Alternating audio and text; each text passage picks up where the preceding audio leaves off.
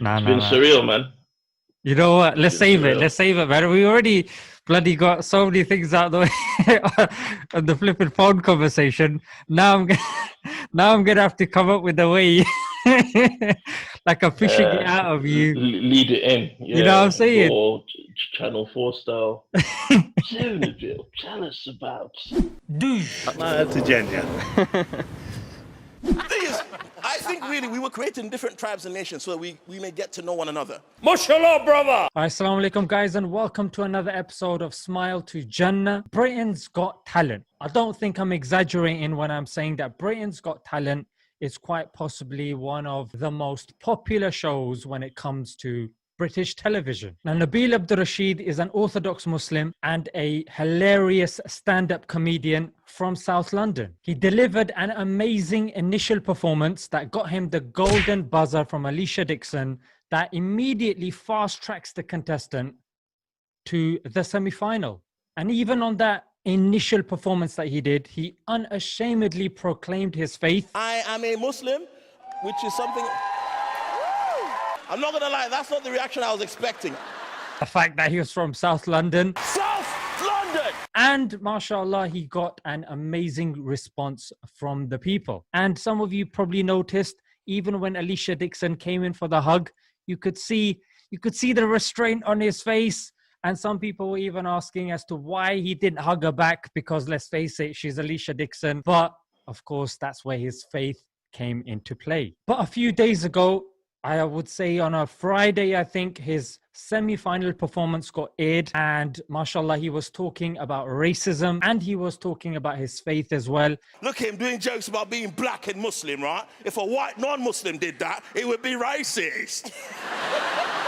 And the way, mashallah, he was able to intertwine everything in a clever, comedic, and I would say very creative way. I'm not trying to be racist, right? But these Somalians, these Indians, these Bangladeshis and Nigerians need to go back to Pakistan. I had to reach out to my bro and celebrate his performance, because let's face it, when it comes to the media, they try to put forward this whole liberal Muslim perspective. So for him to come from an Orthodox background, and bear in mind, he's also been on the BBC, it was, mashallah, a breath of fresh air, and he really blew me away. Nabil, you're in the final of Britain's Got Talent 2020. And as a fellow creative, I had to reach out and show my brother some love. And as a surprise to you guys, I've got Nabil Abdul Rashid joining me right here in, obviously, the online space. So, my bro, how is it going? How are you doing? Alhamdulillah, man. Can't complain. It's been surreal. It's been quite mad, but alhamdulillah in all circumstances. Alhamdulillah, alhamdulillah. I know, because we spoke on the phone before as well, you've got loads of people vying for your attention. You got all these interviews lined up, but of course you had to come to, let's face it, the big show, Smile to Jannah. You know what I'm saying? Like this is the gateway, isn't it? I'm glad that you found the space to,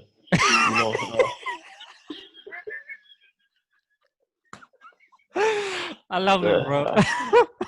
These are the moments that make or break my career, so it's very important. You know what I'm saying, bro? But I have to say, bro, I was a bit disappointed. A few of the jokes, you got to give credit to the OGs. You know what I'm saying? You can't be doing this. I get the fact that you're... Honestly, man, my entire act, I even stole my name, everything. Bro, it's funny you say that, because there's people coming to say, oh, he took that joke from... And like, I know for a fact that these guys don't have none of the stuff I'm doing is stuff that these guys have done. But the fact that it's me looking the way I do talking about Islam, they have to try and make it out that I've taken it from a brown comic, because normally when someone's talking about Islam on stage, it's not this package that's delivering it. Yeah. So yeah, it's quite funny. I won't be surprised if somebody comes forward and tries to claim, he was inspired. Bro, that's standard, isn't it? Like you delivered a knockout performance. Naturally, you're going to get people that are going to kind of try and water it down or try to take that away from you. But bro, but bro, the fact that you went there you spoke about things that are relevant. You made it funny, and bro, it's a career risking thing, and that's one of the things that I noticed, bro. You pretty much got unanimously voted, yeah, other than Amanda Holden, but let's face it, you know what I'm saying. Let's To be fair, I think she actually would have voted for me, and she just said that to make the other guy feel good. yeah. But that's my theory, because I'm doing her radio show tomorrow, so it's like if she's not a fan, then That's true. That's true. That's true. yeah. Bro, I mean, one of the things that I noticed, all of them said, was the fact that what is it? He took risks. Yeah. And flipping David Walliams, even he said that he resonated with you as well, bro.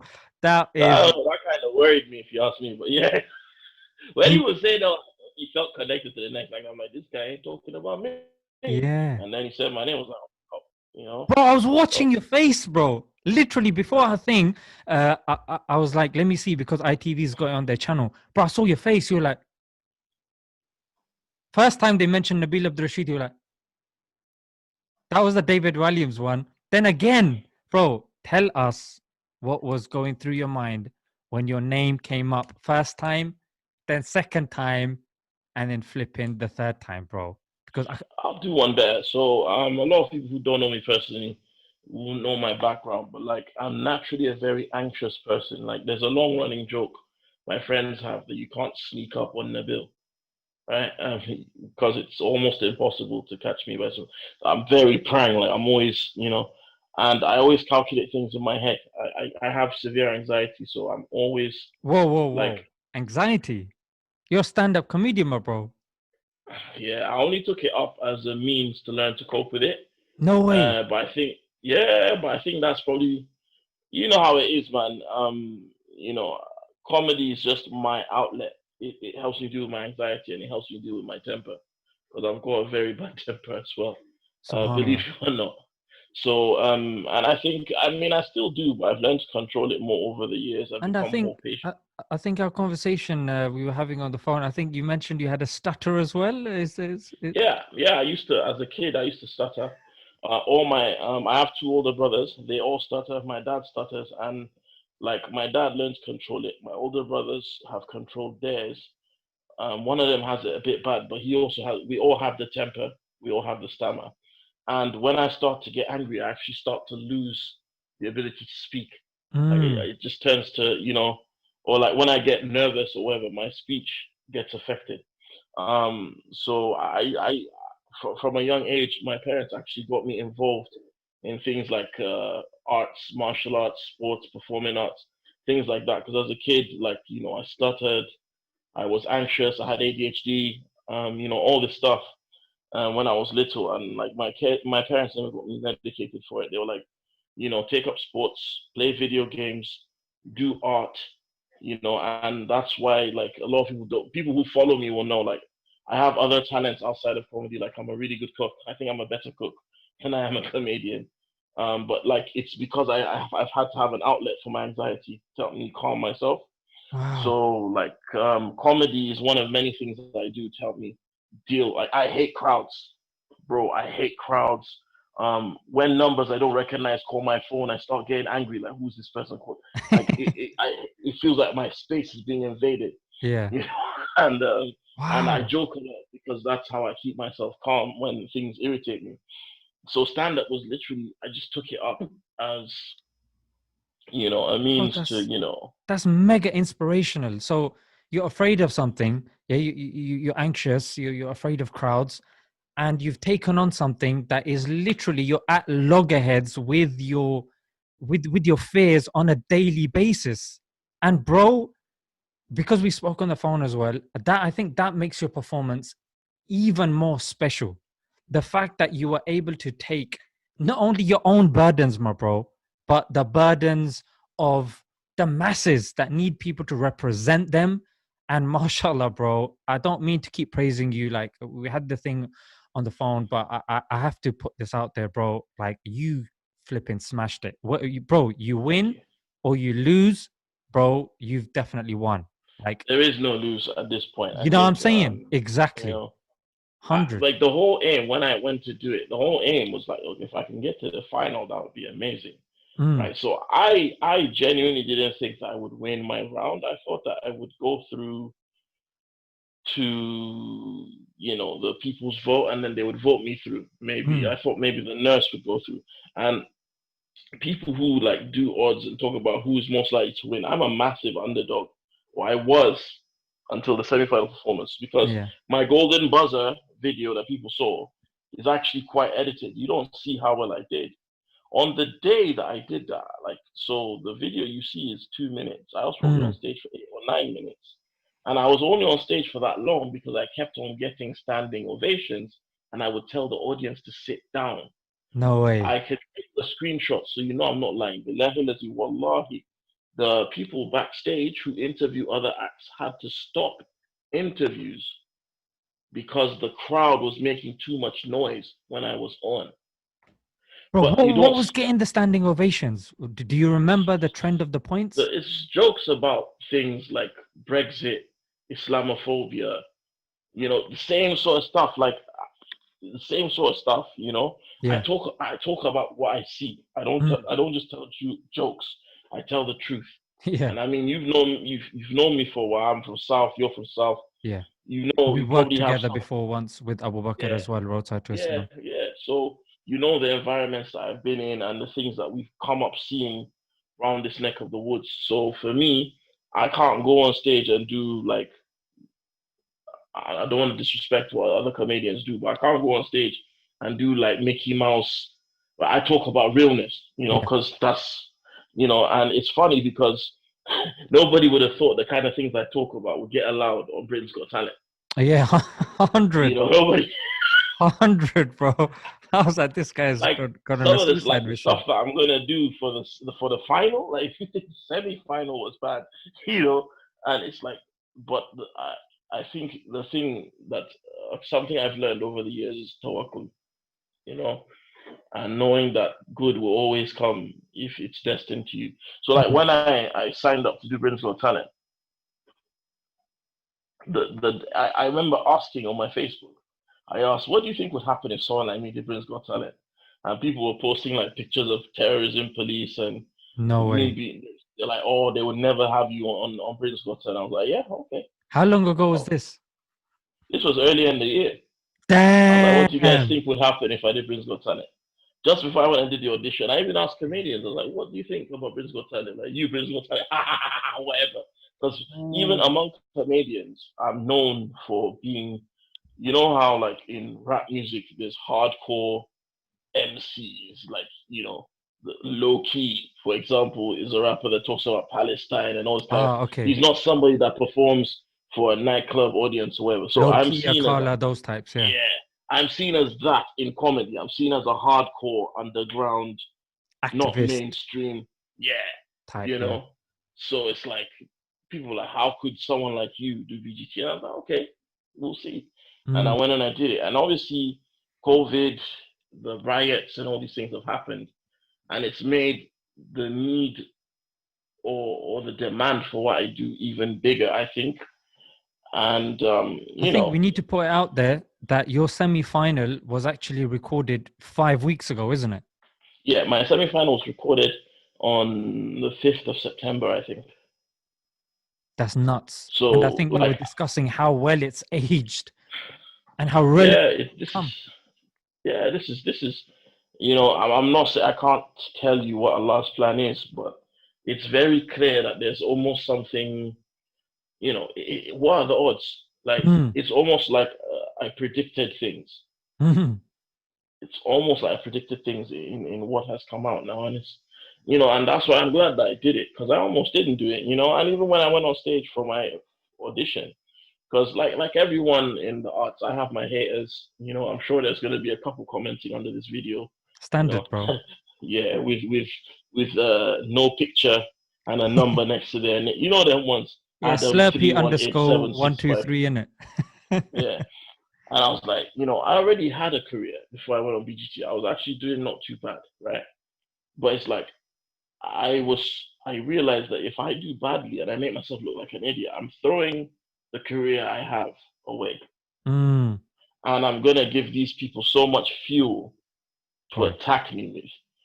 And like with because I represent so many communities, because most comedians only do white shows or only do black shows, only do Muslim shows, or only do Asian. I do everything. I've always been that guy that does all kinds of audiences. So I'm like, that's so many different groups of people that might watch and laugh at me if I don't do well. And Alhamdulillah, and it couldn't have gone better, I don't think. That's so true, bro. That's 100%, and that's so true. But another thing, we were discussing beforehand as well. Any famous interactions that you've had since you've gone on the show, other than flipping Anton Dick and and David Williams? Man, like even right now on Twitter, like people, like I had Frankie Boyle tweeting at me. Ooh, I had Frankie, yeah, and he's a comic I've always liked. We have a lot of heavyweight. similarities. Yeah, Frankie Boyle tweeted at me.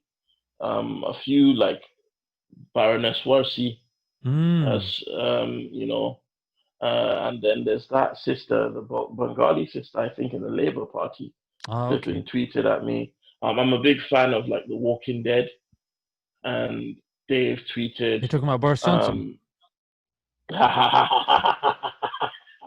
You can use that in the final, bro. No, I'm all right. Oh. So the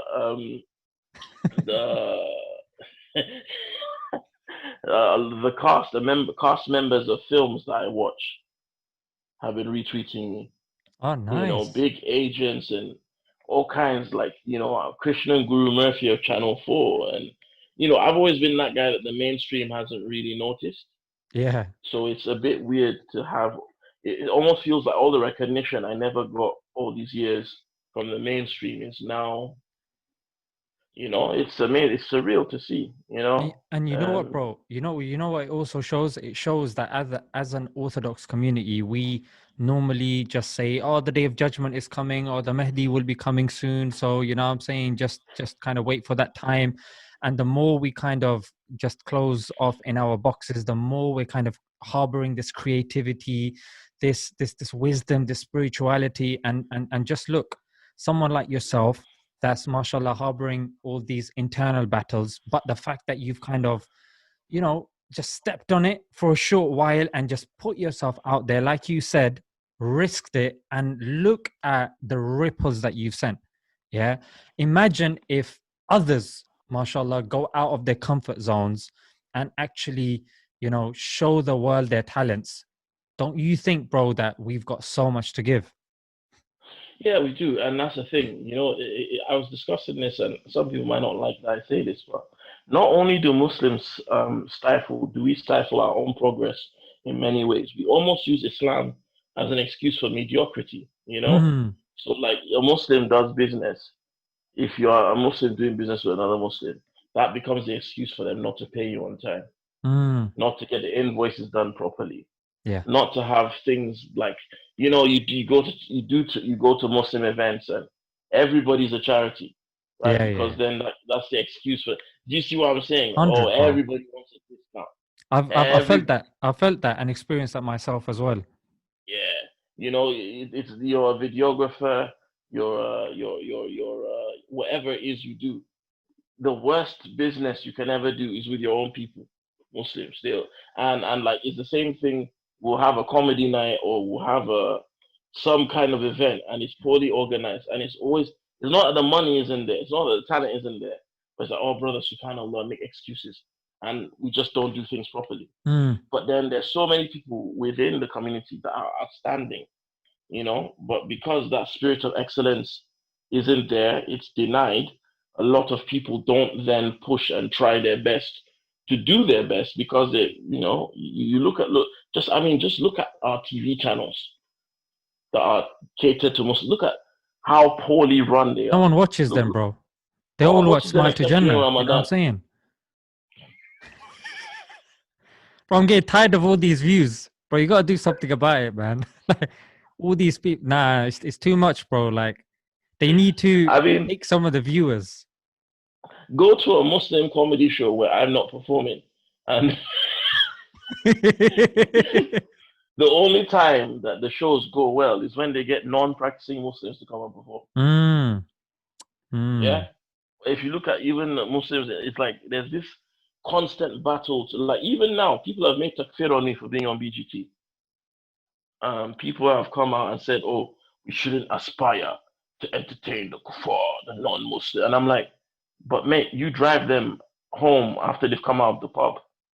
Bro, it's not even that. It's You know, like just be every single thing. realistic. If we take the attitude, apply it to everything else. But bro, you heal them when they're sick. Mm. But because I make them laugh, there's something wrong with me. You sell them food. Bro, it's you Sell know them what? alcohol. Bro, You know? even all that to the side, yeah, that's those You sorts of live debates here. are never ending.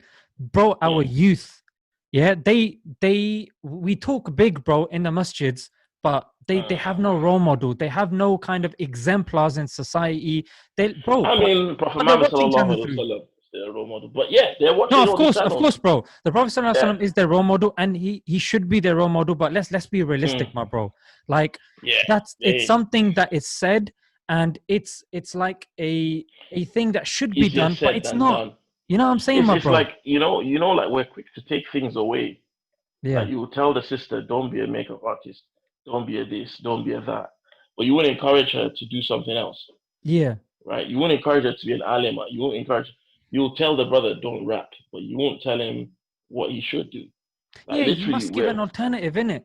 yeah. And We the don't thing what have you've done, media. my bro, is Mm. you're on stage, you're not singing, you're not dancing, bro. You're talking, my bro, and you're talking facts and using humor. You know what I'm saying? It's real talk. It's you know what? And this is the main thing that I wanted to get to, yeah, which is my bro. What he did was he spoke about everything, and the way he tied it up around the Quran ayah that Allah has sent us to get to know each other. Yeah, he sent us, as tribes and as groups so that we can get to know each other. And the way you tied it up, bro, it was I would even say it was a glorified tafsir session on flip on channel 3, bro. But Careful it's before you done, get yourself refuted. bro. But it's done and that's the thing. It's hikmah, and that's what it is. Invite all to the way of thy Lord with beautiful preaching, and that's what it was. It was beautiful preaching. You used wisdom. You don't have to bang people over the head with the Islam thing. Yeah, our actions should speak louder than our words. And the way Yep. we do it, you don't have to say, "Oh, it's quoted in this ayah and this and that." And You verily, being there, you saying you're a Muslim, you exemplifying that, bro. I think that in itself is an act that a lot of people will be watching. It's inspirational. 100%. We should have role models like the Sahaba, like the Prophet. But let's be realistic. You and me, bro, we're in South. We know what time it is. Yeah, we know Yeah. the youth, bro. We go out and we see how much dawah is needed. and the So Muslim youth are the worst. The Muslim youth are the worst. Like if you're dealing with a gang member, you better pray it's not a Muslim gang member. You know, like what our youth are doing. And you know the problem is this, right? We don't have a culture of pragmatism here in the UK among Muslims. We don't have a culture of pragmatism. I don't care what sect you belong to. Every sect does this. Every group does this, where they say things like, for example, oh, we don't need this because Islam. But then it's like, okay, how are you going to practically live dawah? So like we'll say things like, there's no racism in Islam, so don't even discuss racism.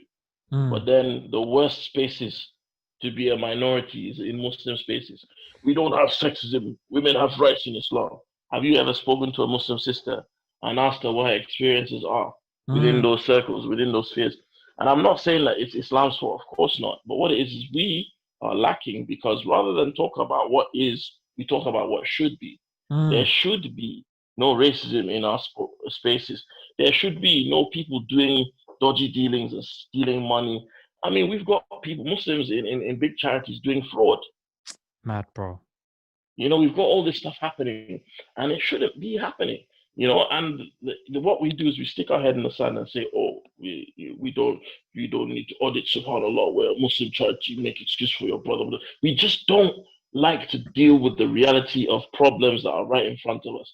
And you know, in a way, I think that's the reason why we're so charitable, Because rather than have a pragmatic way to fix a problem, we just want to throw money at it and Yeah. hope it Just want disappears. to patch it up with the plaster, innit? But Sweep bro, it under the rug. coming back to the point, yeah, Mm. the final. Bro, you got me gassed about the final, bro. What can you tell us, the little tidbits? I don't want you to give away the surprises and that, but what can we expect in the final? And bro, make sure you're doing your 3 calls there and your Ayatul Kursi. You know what I'm saying? You're gonna get a lot of that evil eye, bro. Yeah, and before I go on stage, I always say, Allahumma kfinihim bima shita. Suffice me Allah against all of them. But like what well, I made, if you're on Twitter, you see I made a promise. I said I will not discuss racism or Islamophobia on my final if in the next week nobody is racist or Islamophobic to me. Okay, I guess we're expecting a lot. Hopefully. Come on, bro. We're just speaking about pragmatism, yeah. I can only talk about my experiences, man. Bro, So, one thing I wanted to ask as well, yeah, as a fellow writer, is it stuff that you've got? Are you now going back to your diaries and your notepads that you've got, or is it stuff that you're like, okay, let me kind of what's your process on writing and getting the content for the semis and for the final? it's a combination of old and new. I mean, the stuff you saw at the semi-final, I mean, it hit hard. I'd say 95% of that I came up with a week after lockdown ended. Yeah, a week after lockdown ended, I came out. That's when I'd say 95% of the stuff that I did on stage, I came up with it. Everything is pretty much to do with lockdown. Wow, mashallah. Was to do with, I mean, if you listen to this, I talked about the changes to my life since the Golden Buzzer,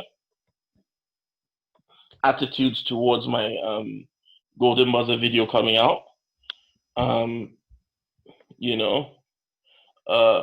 What else? Yeah, that's literally all I talked about in bro, some that of the semi-final. references they were brilliant. I think Big Oh yeah, and Nasty, the whole Wiley. thing with Wiley. Yeah, these were things that happened a week or so after lockdown, and that's How do you, bro? What's your process on making sure, like, if a joke works? Let's just say you got 3-4 jokes. How do you know which one to put down and say that's what I'm going with? Trial and error. I mean, I've been doing this for 11 years now, so there's also, I think, it's just like when you make your videos, you probably have a knack for understanding. It's kind of like how a boxer knows the best time to take a shot that knocks someone out. You just know, right? So you don't trial it with friends, yeah? No, I mean, I perform at comedy clubs and stuff, theaters and things like that. So I do test it out. But I mean, even then, by the time I go on stage, I've already got an idea what I want to do. And I think because, I mean, there's ways around it, but it's too long to explain here. Of course. But I think once in comedy, we have a saying that it takes 5 years to find your voice. So I think I've been doing this long enough now, and I've got enough experience with different types of audiences that I know my voice. I know what works for me.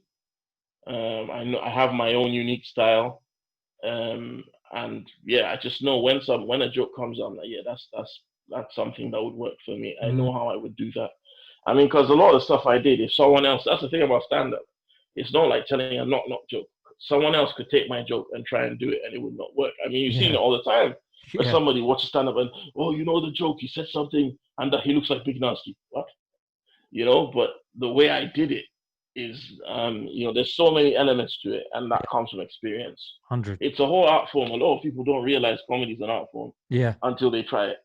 Bro, it was an entire narrative. Like, you could see certain bits were woven together. Even the supermarket thing, the way you kind of bought it in multiple times, how you kind of the Big Nasty thing, how not only you had it, but then you actually ended with it. It was, many of it was a roller coaster ride. Like, is he gonna apologize? Is he kind of aware of the diversity thing? Oh crap, he's ending with a Big Nasty joke. So yeah, and I like that. In comedy we call the ending a callback, And yeah, again, it's a trick of the trade that you learn. Also even how like you can't joke as a stand-up if you're a really good stand-up. You have to make people forget that you're telling jokes and then hit them with the joke. Mm. Again, I like to use boxing because I boxed since I was a kid. Um, because Like obviously packing I'm stuff away Nigerian. and that, and using sellotape and Is those big boxes. as Oh, it's almost the same effect of blinding someone with a jab before you throw a cross.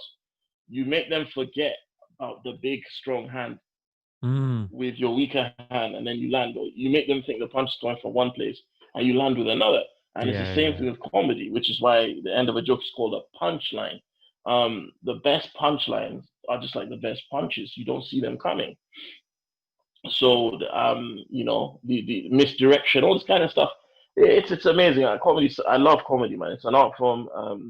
One of my favorite comedians is Dave Chappelle, and yeah, Legend. I love what I love most about him is how he's just himself on stage and he's comfortable. Especially He's now. just yeah. You don't Now he care, just bro. doesn't care, But and you know that, you and can't those afford are to the do people I that, emulate. Nabil. Yeah, don't go on stage flipping. Yeah, guys. Salam To and be honest, I think I'm at my best when I don't care. Like when I was on stage, I was anxious before I go on stage, but once I started performing, I didn't. It's maybe the because best there's feeling no in the one world. there apart from three people, a bunch of squeeze, bro. I was more comfortable when there was 3,000 people in front of me, Yeah. man. It's the catharsis of performing on stage is something that I can never explain to someone Mm. until they try it for themselves. Waiting backstage is the worst feeling in the world, Oh, knowing that tell me you about have it. to go on and entertain. Because like someone walks up to you and says, "And don't think I'm a weirdo. My kids leave these lying around and Too late, bro. playing with them is satisfying. I can understand why my 2-year-old does it, but waiting backstage, knowing that you're on next, is the most harrowing feeling in the world. Mm. But being on stage and doing your thing is honestly, it's It's amazing. that way, isn't it? I Yeah, think that's what Uber and London Transport have done. That's why they've got your bus will be there after 2 minutes, after five yeah, minutes. And Uber's telling you, oh, your driver's taking a left turn. He's at McDonald's getting a Big Mac, and he'll be around in yep. 2 minutes, and he just run over a This granny. man is impatient. Think about this, right? Impatience and laziness are the two things that have caused the most development in mankind.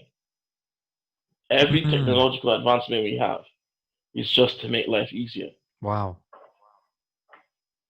that's true, bro. You're spitting some bars right there, bro. I Yeah, have to say, feel free to use any of my content. I know you're going to be using it anyway. But another thing that I'm actually thinking is it's actually what David Williams said, that he sees a future for you. And the reason why I took that to heart was because certain people in Britain's Got Talent, yeah, bro, inshallah, you're going to smash it. Yeah, you're going to win. But even certain people that are in semi-finals have gone on to make certain, like leaps and bounds in their careers. And especially with David Williams, like, did he speak to you? Was there some kind of talking backstage, or was it like they went into their room and they were like, go and do one, mate? it went their way. We went ours. Ah, I've not even seen Alicia Dixon apart from when you see me seeing her. yeah. So like when he was talking, I had no clue he was gonna choose me. But as soon as he chose me, I knew that I would win because Mm, I was like, if he's chosen me, Alicia yeah. will probably choose because Because he's a comedian, isn't it? Like comedian knows a yeah, comedian. So now I yeah, vibe with that. that might be it. I vibe Yeah, with that that, might be bro. it. Or maybe I was just really good. Were you saying that when you were back home in the number 2 bus? They got me an Addison Lee, but yeah, yeah, Mashallah. Hey, bro, I'm so happy for you, bro. Like, honestly, alhamdulillah. honestly, bro. When I saw that, I was actually watching it in the morning, on Twitter, and I was just seeing the retweets and that. And bro, honestly, Crazy. the way you killed it and that, mashallah. But I want to say, that there's obviously there's always that tussle that comes, and I'm going to end with this, inshallah. I'm not going to keep you that long. That thing inside where it's like, should I go that way? Should I go this way? But for you, you have taken every step of the way. You've stuck to what is true to you and what you believe in. Yeah. Now, naturally, somebody that sees the potential of glitz and glamour, they want to kind of dial it down. They want to kind of change who they are. Why do you feel that will happen to you, or why you think it won't happen to you? And what do you think will keep you grounded in the future that lies ahead? I mean, I'm too far gone in the way I am now to change, bro. Mm, I'm not a kid. And I've already turned down, like, I've turned down so many things that people don't know about that would have been great for my career. But I turned it down because of my beliefs. And I'm not saying I'm this perfect Muslim or this perfect guy. I'm not, as I'm sure, again, some of the people commenting will be quick to say, but I'm not. I've made mistakes. I'm not the nicest guy in the world. You know, nobody can be perfect, right? yeah. But I know one thing about me, and it's that I'm headstrong. I refuse to change. I've stood like, again, some of the situations I've been in before comedy, like, in other situations. You understand what I'm talking about? Yeah. Yeah. Yeah, in those situations, I didn't fold. So is it now that I'm going to fold? Mm, So, and also, the thing about Islam is that it's a practical religion.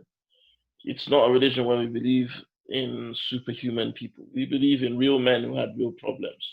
And Ayub had resolve. Prophet Muhammad sallallahu alaihi wasallam had so, resolve. Musa alayhi salatu wasalam had resolve. What am I facing really that's equal to what they went through that would make mm, me change? Nothing.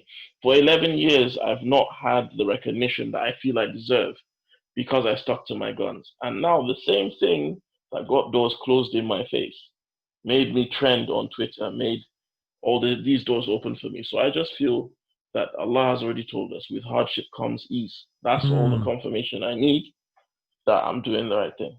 Subhanallah. And bro, with the final coming up, how do we support you? What's the procedure? Like, I don't watch Britain's Got Talent. I'm sure many people don't, but we want to support our brother in what he's doing. How do we do that? Well, those who are that way inclined, if they can download the app, because I know our people, black people, and Apane Bande, they don't like to spend money. They get a bit conjuice, But all you have to do is download the app on your phone, and it gives you 5 free votes, right? And you just on the day, if you feel that I should win, vote for me. It's as simple as that. Which day is this? It's going to be on the 10th of October. So that's next Saturday or this coming Saturday. Mm-hmm.